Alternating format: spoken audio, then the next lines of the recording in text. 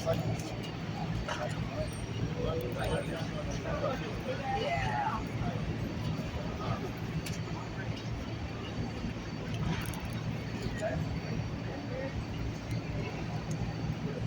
morning. Welcome all to the center of the universe, the greatest borough in the city of New York, Brooklyn. Very happy to be here today to talk about the work that needs to be done to support our friends, our family, and the people of Pakistan.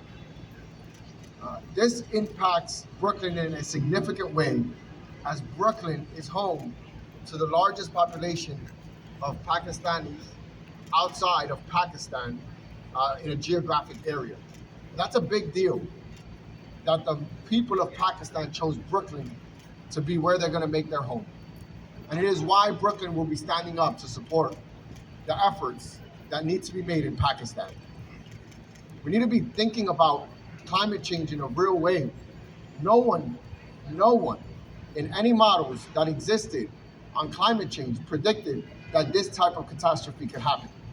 And it's because the efforts on climate change and the repercussions of climate change are unpredictable and have put us in a position where friends in Pakistan are suffering in a great way. What we're going to be doing alongside every Pakistani organization here in Brooklyn is working to make sure that the efforts that are needed to support the people of Pakistan are followed through on. The government, the federal government, and I want to thank our Congresswoman who is here, Yvette Clarke, who will be speaking right after me, for their efforts in the first initial amounts of funding that has gone to Pakistan for their support. But we all know that a lot more is needed. A recent study done by the Pakistani government has asked the US government for about $160 million at bare minimum as a foundation so they can get the work started on taking care of their citizens. Just to get started, $160 million. And we're going to double down and support the Pakistani government on making that request and supporting them by asking the federal government to do its part in getting us as much funding as possible for the Pakistani government and its people. I want to thank several organizations that have come here today that have constantly been working for the folks that are Pakistani Americans and Pakistanis that are here in Brooklyn. The NYPD Muslim Officer Society, who's done extraordinary work in supporting the Muslim community, but of course, the Pakistani community here in Brooklyn. PAYS, the Pakistani American Youth Society. COPO, the Council of People's Organizations. PASWO, the Pakistani American Skilled Women's Organization. The ACMW, the American Council of Minority Women. MCC, which is the Muslim Community Center. The Bridge, and the Pakistani American Law Enforcement Society. So I want to thank them all for their efforts. And again, we're standing here today in solidarity with Pakistan, asking for the federal government to show up and do more than $160 million to do the best that they can to support this country. We're talking about 33 million people. It's like 15 Brooklyns being affected. 15 Brooklyns, the population being affected. And it means so much to us that they've chosen this to be their second home outside of Pakistan, and we should be paying it forward. So I want to thank everybody that's here for showing up in solidarity, and now I want to call arguably the staunchest and strongest advocate that the Pakistani population here in Brooklyn have, and the strongest advocate that we've had in the US government in looking to support the efforts for relief and aid to Pakistan, our great Congresswoman, Yvette Clarke. Let me start by thanking our borough president for opening the home and the doorways of Brooklyn Borough Hall for this very worthy cause. I'd like to acknowledge that we are also joined by our borough president, our public advocate, Jamani Williams. And I'd like to bring him at this time. He's a little under the weather, and I think it was really just wonderful of him, given him not feeling that great, to join us this morning. So let me introduce someone who is no stranger to Brooklynites and no stranger to the city of New York, a very strong advocate for all of us, all of our causes, fighting on the front lines to make sure that New Yorkers are getting the best treatment, the best services, and the holding everyone accountable for treating New Yorkers as they need to be treated with dignity and integrity. And that is our public advocate, former council member, Jamani Williams. Thank you so much, Congress member and Borough President. I took 3 COVID tests for 3 days in a row, so apparently I just have a good old-fashioned cold. I didn't know you still could get that. But thank you so much for giving me an opportunity and an opportunity for to speak. I do want to recognize Suki New York as well, who's here with us.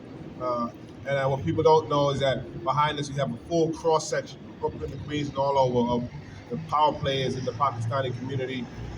20 some odd years ago, I was proud to be organizing in what is now Little Pakistan. As a council member, I was happy to represent parts of Little Pakistan. And now as a public advocate, continue the advocacy work. And I do have to say, very often when things happen in another part of the world, this country in general tries to think of it happening over there. But I want to be clear that what's happening in Pakistan is happening to us. What's happening over there is us. We are also Pakistan. There are a lot of people today who are waking up, our neighbors, not sure where their family member is, not sure what's going to happen to their family member in a day or two. That affects us. And so we have to be very concerned about what's going on. We have to stand tall with our Pakistani neighbors, Pakistani New Yorkers, Pakistani Americans, and say we have to help them and their loved ones abroad. And as was mentioned, what is happening right now in Pakistan? We need people who still don't understand the difference between the temperature, the weather, and the climate to fully understand what is happening. If there are floods ravaging Pakistan in a way that no model could show, that can very well happen to us, and we've seen the types of storms that we have not expected to see over here in America and here in this state, in this city, which means we have to double down on the work that we're doing to stop the worst of climate change from happening. I don't know if people understand that this model was never expected. The type of storm that Pakistan is incurring now was not seen on any model. This is a huge problem. And we as Americans, with our great power comes great responsibility. We have to double down on the financial efforts that we're doing, that we're giving to Pakistan. 33,000 people who are affected, 6 million people who are displaced, and I understand there are 500,000 pregnant women and women who are breastfeeding right now, who are sometimes the most vulnerable in these situations.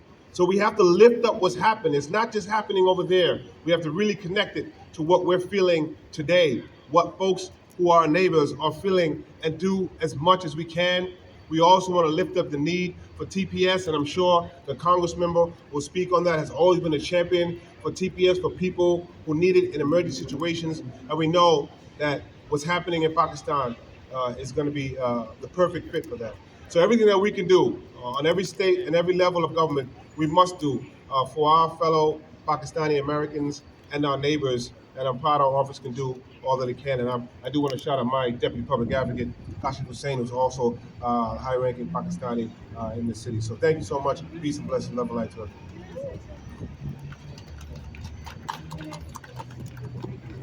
We want to thank our public advocate again and thank our borough president. And let me introduce myself. I'm Congresswoman Yvette Clarke. I proudly represent New York's 9th Congressional District in Central and South Brooklyn, home to Little Pakistan. And we are here today because we want to first of all express our heartfelt sympathy and condolences to all those who have been impacted by the loss of life and massive displacement in Pakistan of recent days. I'd like to once again thank Borough President Antonio Reynoso, Public Advocate Jamani Williams, along with so many of the following individuals and organizations.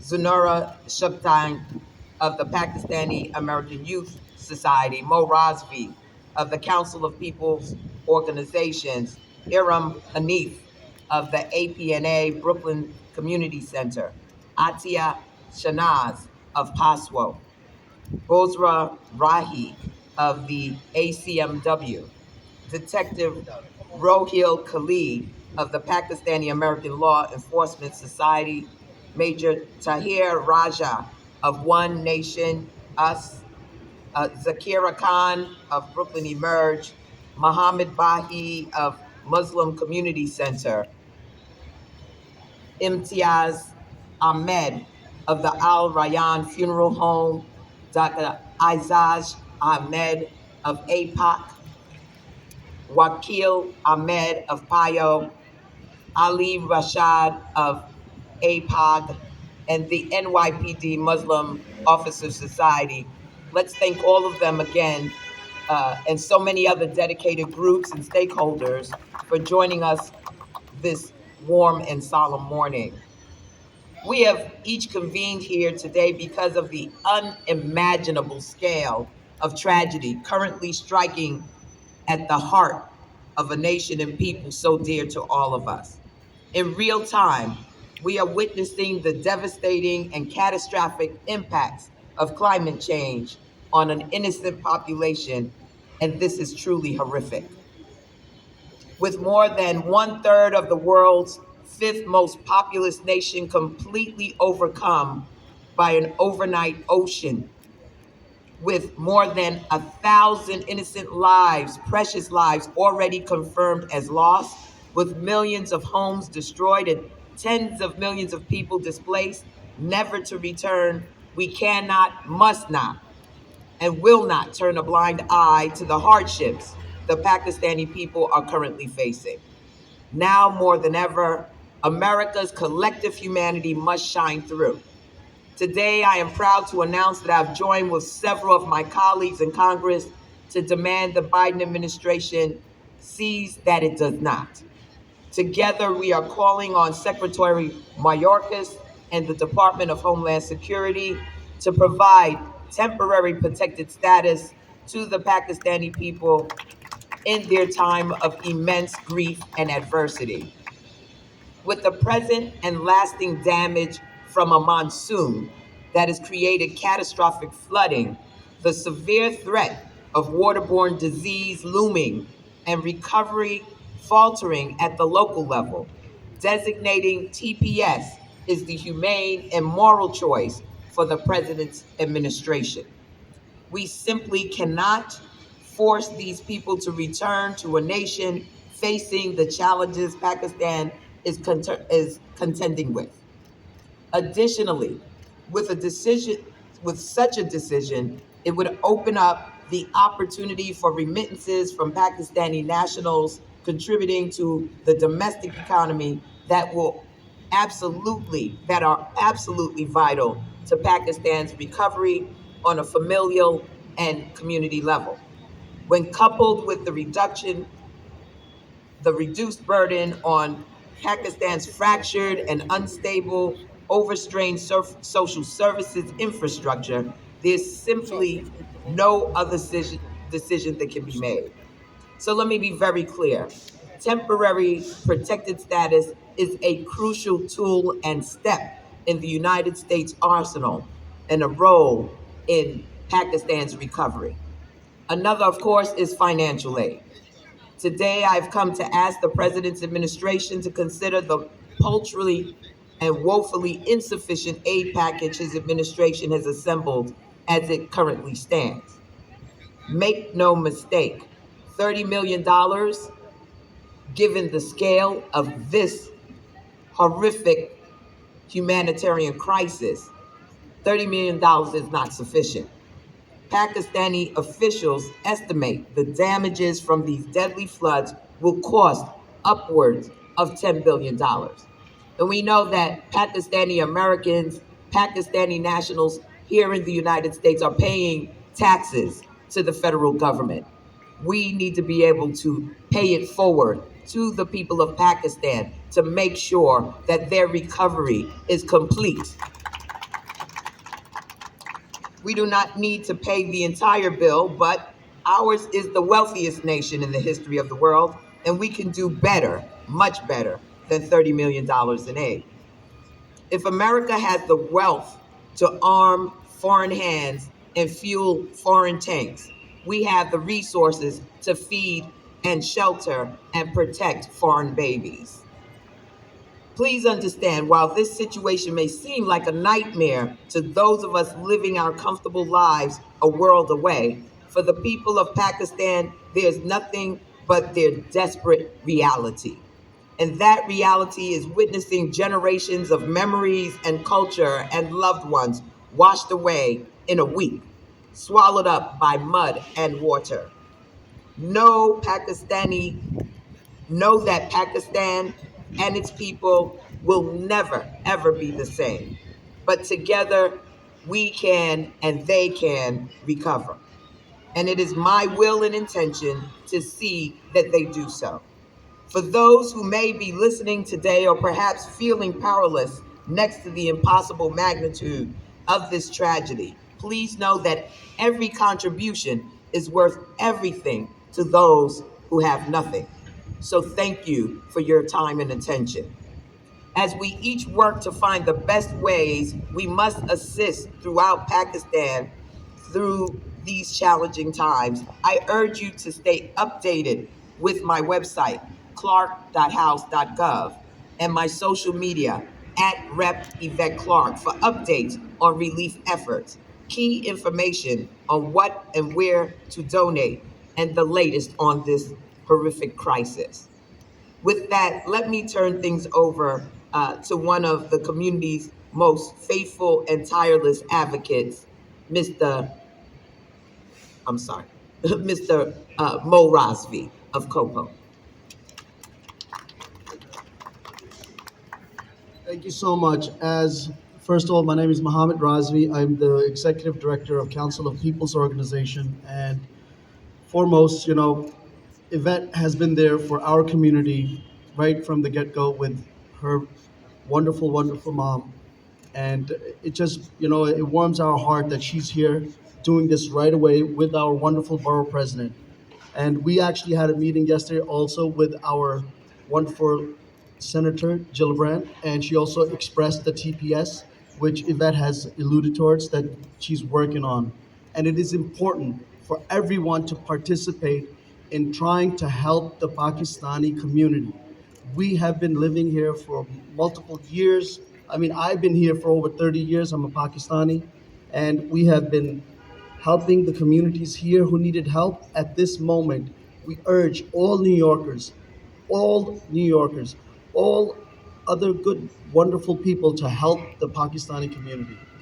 We are a drop-off site. We are working with all these wonderful organizations that are behind me, especially with Adil Rana, with the Muslims Law Enforcement Society, and we have already collected 1 container worth of goods, Yvette. Just to let you know, a whole container. I'm talking about 24 pallets of goods already ready to go ship out. And we are working with our Council General Aisha Ali on trying to get it there and get it released so that we can move forward. We expect to do 20 containers just here in Brooklyn, in Little Pakistan. So with that further, please help much as you can. Thank you so much, Yvonne. Thank you. Thank you, Mo. I wanted to acknowledge the Council General of Pakistan, Ms. Aisha Ali, who I'm sure is working overtime in this moment and sends her regards to all Brooklynites, New Yorkers, Pakistani Americans, and Pakistani nationals here with us. It's my understanding that the Deputy State Director of Senator Chuck Schumer, Julietta Lopez is with us. Julietta, would you bring remarks on behalf of our U.S. Senator Charles Schumer?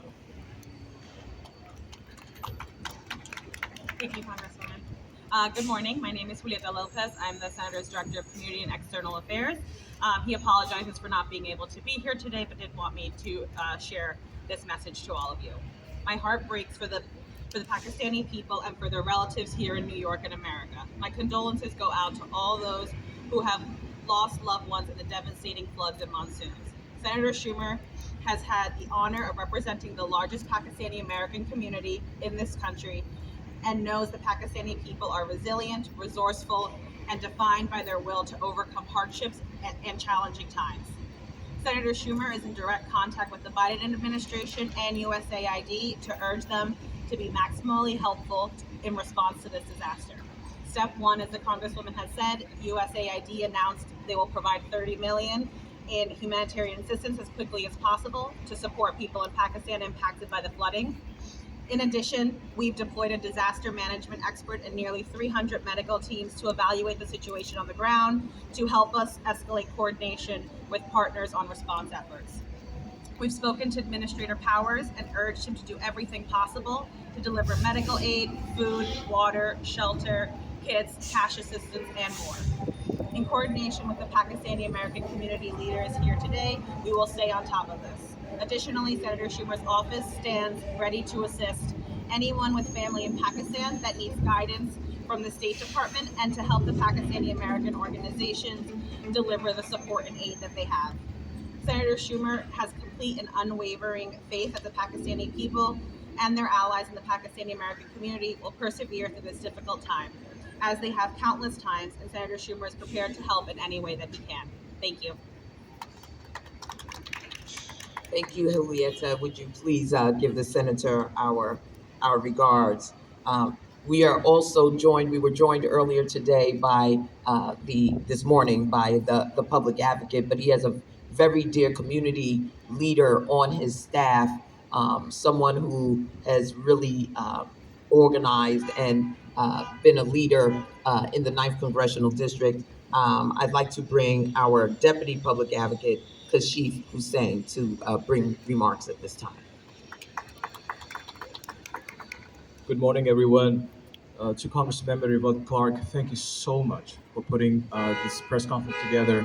And shout out to the New York City Public Advocate Jumaane Williams and the Borough President Antonio Reynoso, who has been a family, just like Yvette is to the Pakistani American diaspora here in Brooklyn. And I really want to take this time to acknowledge the Deputy Inspector in NYPD, Adil Rana, who within the notice of minutes put together a coalition of over 50 organizations to work together to maximize their efforts, the relief efforts. So Adil Rana, shout out to you for putting this whole thing together in the community.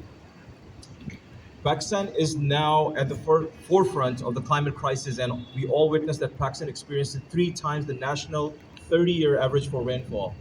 Pakistan is 1/3 underwater, and we are not out of the rain season yet. There are more rains that are predicted by the models to take place in Pakistan. Southern Pakistan, we saw droughts and lack of clean drinking water for decades, is on water, affecting 33 million plus people.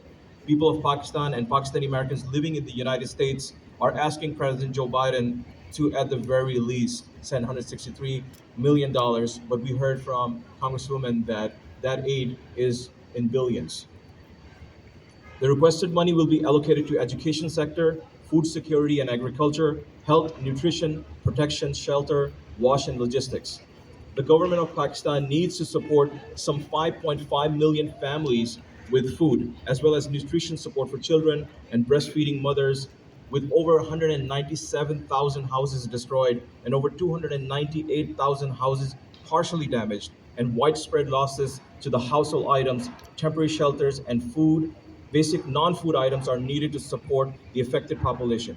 Provisions needed to enable this are tents, temporary shelters, temporary toilets, clothing for children and adults, blankets, plastic mats, sleeping bags, mosquito nets, kitchen sets, torchlights, as well as jerry cans and toiletry kits. COVID-19, as well as waterborne diseases and other flood-related illnesses, are straining the health system in Pakistan, which is also operating at the reduced capacity due to the impact of the floods. Urgent needs exist for the delivery of health services, establishment of medical camps, and the supply of medicines and the provision for vaccinations.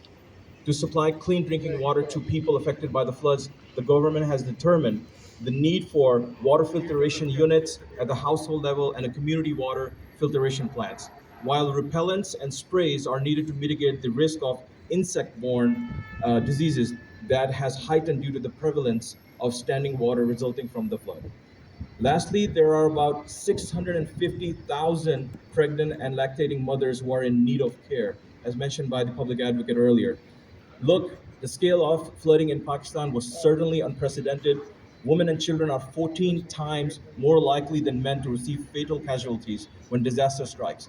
2004 Indian Ocean's tsunami analysis showed 70% of the 230,000 people that killed were women.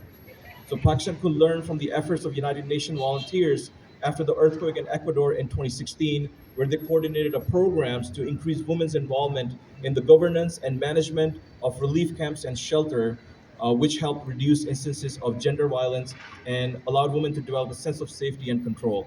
Involving women is key decision making within the communities, recognizing them as important stakeholders, and empowering them with the climate risk resiliency skills and knowledge could elevate their role as agents of change. I thank you all for recognizing the aggressive climate is no longer a once in a century event.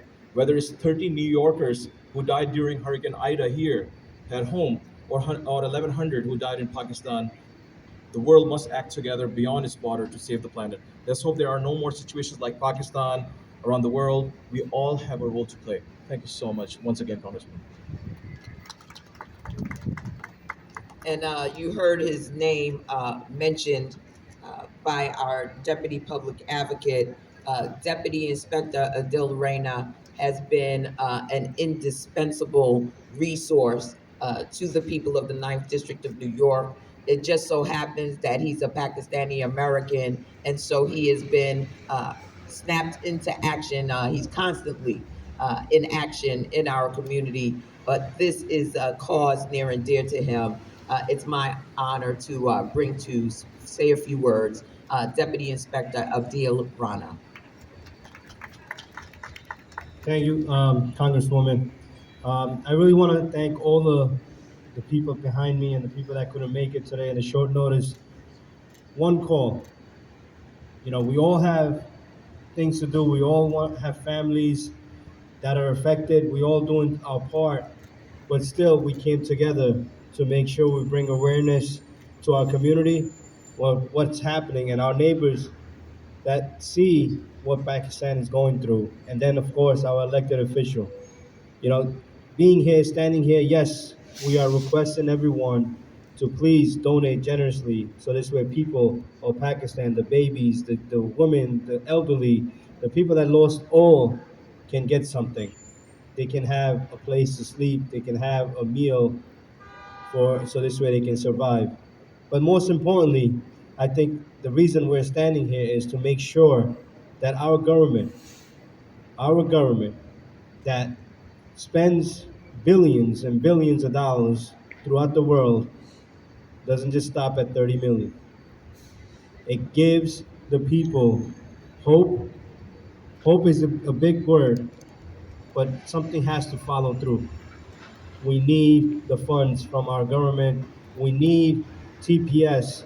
That's why I really want to thank Congresswoman Yvette Clarke to immediately come up and stand with us to make sure that her fellow Congress members, even the Senate, even the President, and of course Homeland Security Secretary stands up and make TPS possible for our Pakistani community. So this way we don't have to worry about anything. Now we can just worry about building and recovery. Please, I urge everyone to please donate generously. Doesn't matter to who. I mean, obviously it's something legit and credible, but what I mean is it could be any organization, but do it. Do your part, so this way we can help anyone and anybody in Pakistan. Just like we stood here and Mo was said, Ukraine. When Ukraine was hit, and it still is, Pakistani community came out, the Muslim community came out to stand with Ukrainians to give funds. I think we encourage everyone from elected officials, from government, to go into your pockets and please help these babies, help these elderlies, help these women, help these children, everybody. Please, thank you very much. we have another member of law enforcement with us. Detective Rohill will bring his comments at this time. Thank you, Congresswoman, and thank you, everyone. It's really honored to be here. When we heard this news, we have a lot of family members. The Pakistani American Law Enforcement Society, we have over 500 members, and we receive a lot of calls that some of their family members, they're affected by this flood. As far as the last information we received, there's more than 73% area in the Pakistan is affected by this flood. 33 million people are affected. 500,000 are in the shelters. And we don't have any numbers for many people out of the shelter, and they can't have any shelter because of the resources. Also, 1,300 people are died so far, and that's 5 days ago. We don't know how many numbers are missing. And I think right now I'm talking I'm feeling sad. The world, everybody need to wake up. The same way we wake up for Haiti, Ukraine, it's time for Pakistan. It's not only U.S., the entire world have to wake up and help those people who really need it. The Pakistani American Law Enforcement Society raising the funds, collecting items. You can reach out to us. But also the Muslim Officer Society, COPO, PAYS, everyone, whoever you're helping, reaching out, make sure the money goes to Pakistan. The items go to Pakistan. If we save one life, we will accomplish our mission. And there's a lot of people need our help.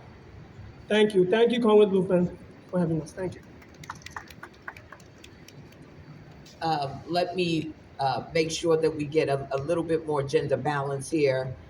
There's a number of organizations that have been mobilizing, led by women from the Pakistani community. I'd like to bring Atia Shanaz of Paswell to speak at this time. Bismillahirrahmanirrahim. Thank you so much, Yvette. Like an elder woman, like an elder sister, always. Thank you so much, Borough President, who opened the door for Pakistani community. So we are here to share our feelings and share our pains, like we are feeling from Pakistan. So I have a current statistics from there this morning.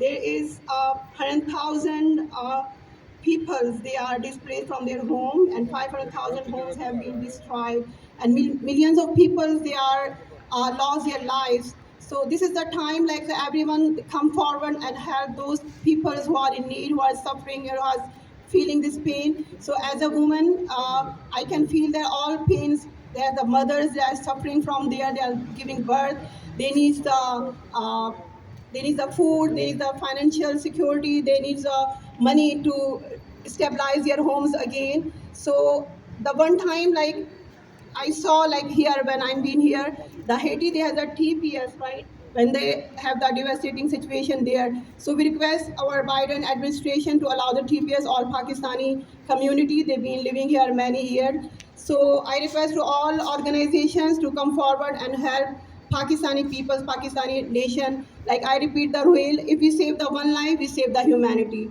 Thank you so much. Thank you, Atia. And I'd like to now call Baza Rohi of the ACMW. Thank you so much Assalamu alaikum to all. Thank you so much for arranging this wonderful press conference. And as you know, the rains already stopped, but still a lot of, actually millions of people, they are homeless right now. They need medicines, they need packaged food, tents. And ACMW, American Council of Minority Women, we already sent money to the South Punjab and Charsada, Peshawar, because one of my senior vice president's brother, he is working in a Charsada, and my overseas director, he is working in Punjab side, and my co-founder and my medical director, Dr. Amna Bhutta, she is going to Pakistan on 26th of September with her medical camp. And if you want to help us, please contact us at 347-865-2769. And I urge to all the international communities, please help to the Pakistan at this difficult time. Thank you so much. Thank you. And we're going to hear from Iram Hanif of Apna, Brooklyn.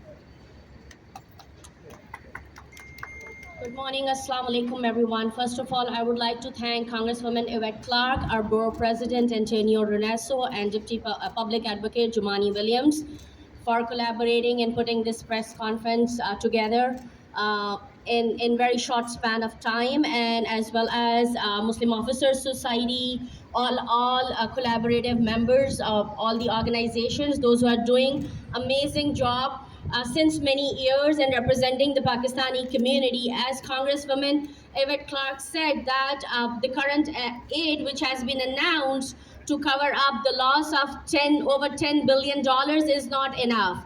As my all colleagues have already spoken about how devastated and how bad the situation is, I just want to highlight on one thing which I believe not much emphasized, the real facts that Pakistan, okay, was first of all, we recently celebrated our 75th years of independence, and we Pakistanis have never seen such a catastrophic amount and level of devastation in Pakistan in the history of Pakistan in last 75 years.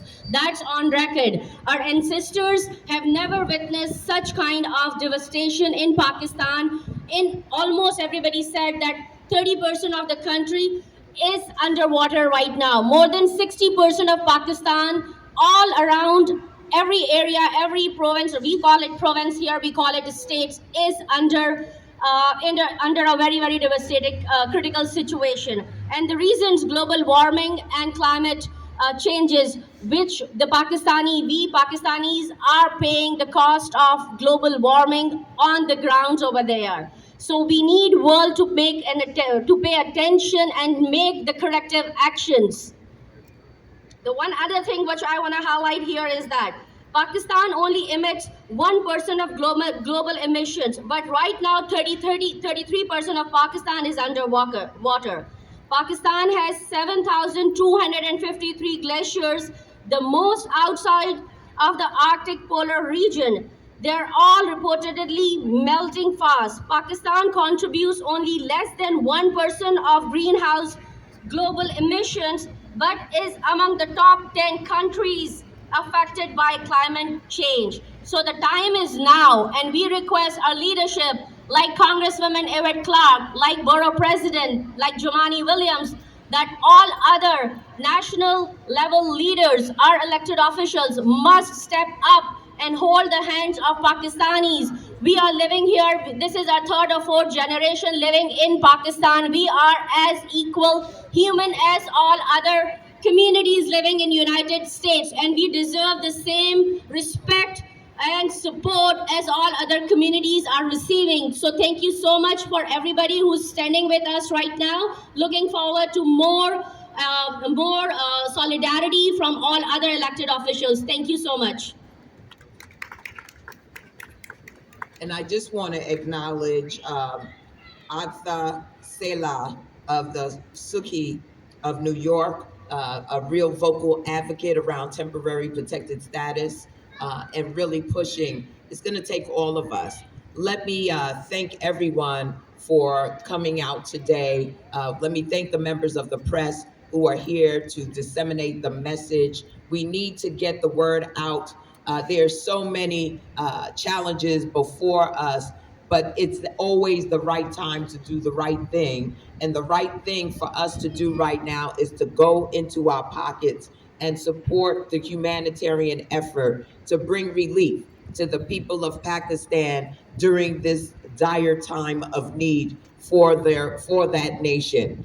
There are Pakistani Americans in each of our lives, whether they are the folks that we meet in the hospitals, or the folks that we meet as law enforcement, or the folks that we meet as entrepreneurs in our community. All of us have ties to the land of Pakistan, and they need us now. So let us all go into our pockets, make sure that we give something to the effort to help what has been a catastrophic occurrence. The monsoon that has hit Pakistan is unprecedented, and the people need us in this moment to step up and do what we do as New Yorkers, as Brooklynites, as Americans, to come in and give them their help.